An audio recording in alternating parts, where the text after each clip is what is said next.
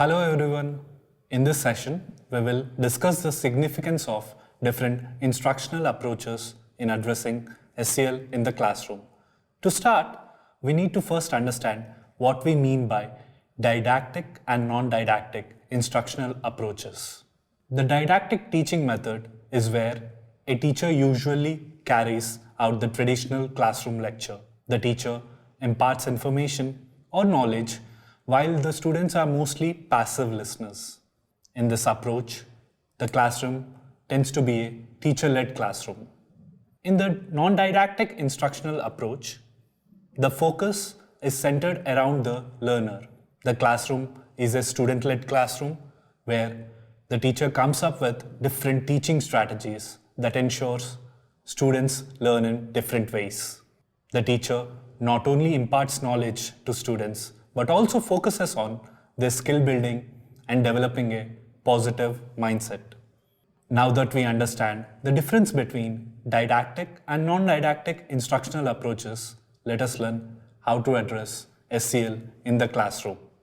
Castle's framework defines SEL as the process through which all children, young people, and adults acquire and apply the knowledge, skills, and attitudes to develop healthy identities and relationships.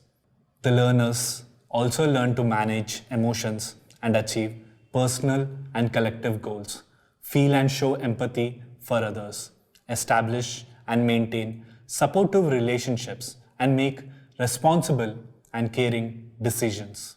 These positive attitudes and healthy identities in students develop and sustain when students learn from their own experiences, discussions, and reflections.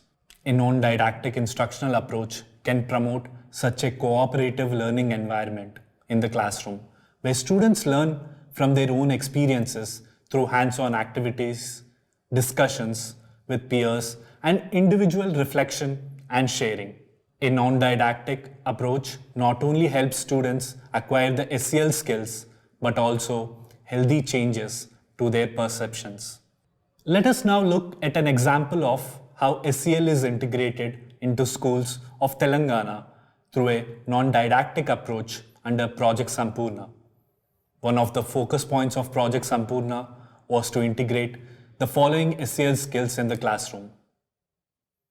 Instead of using a didactic approach and lecturing students about a specific SEL skill, its definition, and why it is important, teachers focused on giving students opportunities to practice different SEL skills. This was possible by using a non-didactic approach, where students were involved in activities that gave them the space in the classroom to apply their SEL skills. Each SEL skill was broken down into actions, and activities were planned in the classroom to bring out these actions.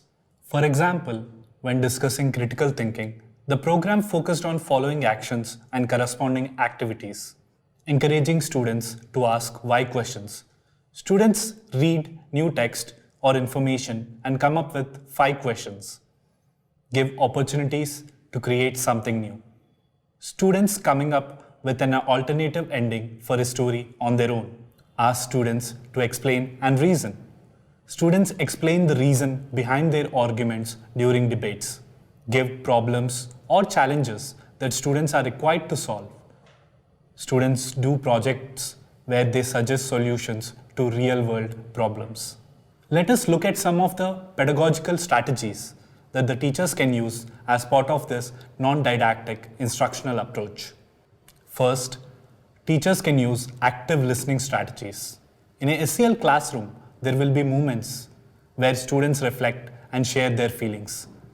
It is important for teachers not only to listen, but also to learn how to respond while listening. To respond while listening, teachers need to validate the feelings of the student.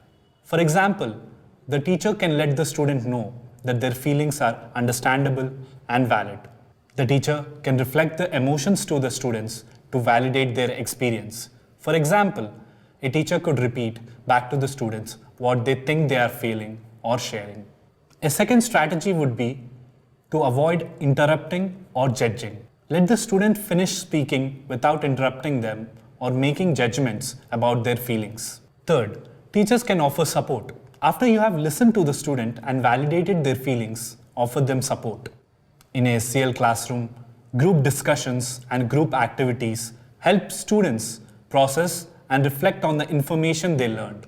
Let us look at a few points on how to facilitate effective group discussions and activities. Give time for students to think and ask questions.